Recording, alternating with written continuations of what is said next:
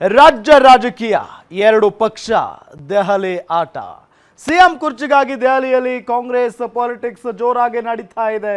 ಕೇಸರಿ ಪಾಳ್ಯದಲ್ಲೂ ಕೂಡ ಕಾರ್ಯಾಧ್ಯಕ್ಷರ ಪಟ್ಟಕ್ಕೆ ಕಸರತ್ತು ಆರಂಭ ಆಗಿದೆ. ರಾಷ್ಟ್ರೀಯ ಬಿಜೆಪಿಗೆ ಹೊಸ ಕಾರ್ಯಾಧ್ಯಕ್ಷರ ನೇಮಕ.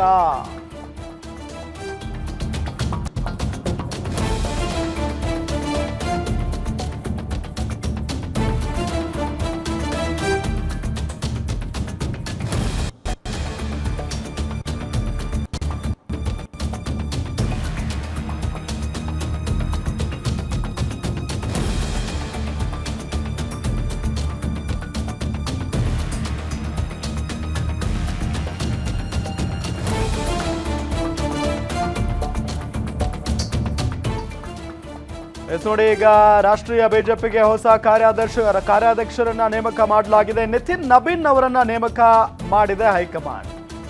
ನಿತಿನ್ ನಬೀನ್ ನೇಮಕ ಬೆನ್ನಲ್ಲೇ ಹೈಕಮಾಂಡ್ ಫುಲ್ ಆಕ್ಟಿವ್ ಆಗಿದೆ.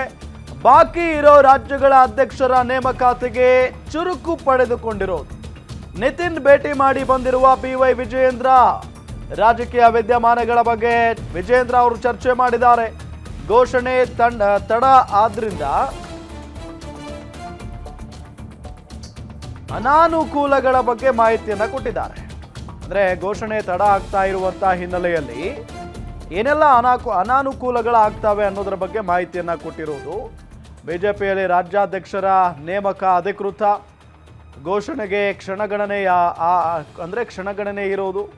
ಯಾವುದೇ ಕ್ಷಣದಲ್ಲಿ ವಿಜಯೇಂದ್ರ ಅವರ ಹೆಸರು ಘೋಷಣೆ ಮಾಡುವಂತ ಸಾಧ್ಯತೆ ಇದೆ.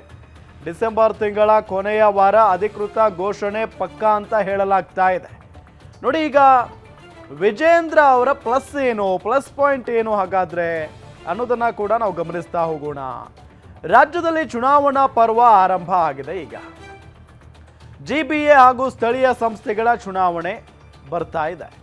ಅದಾದ ನಂತರ 2028ರ ವಿಧಾನಸಭಾ ಚುನಾವಣೆ ಬರುತ್ತೆ. ವಿಜಯೇಂದ್ರ ಅಂತ ಅಗ್ರೆಸಿವ್ ಲೀಡರ್ಶಿಪ್ ಅನಿವಾರ್ಯವಾಗಿದೆ ರಾಜ್ಯ ಬಿಜೆಪಿಗೆ. ಸಮುದಾಯದ ಬೆಂಬಲ ಬೇರೆ ನಾಯಕರಿಗೆ ಇಲ್ಲ.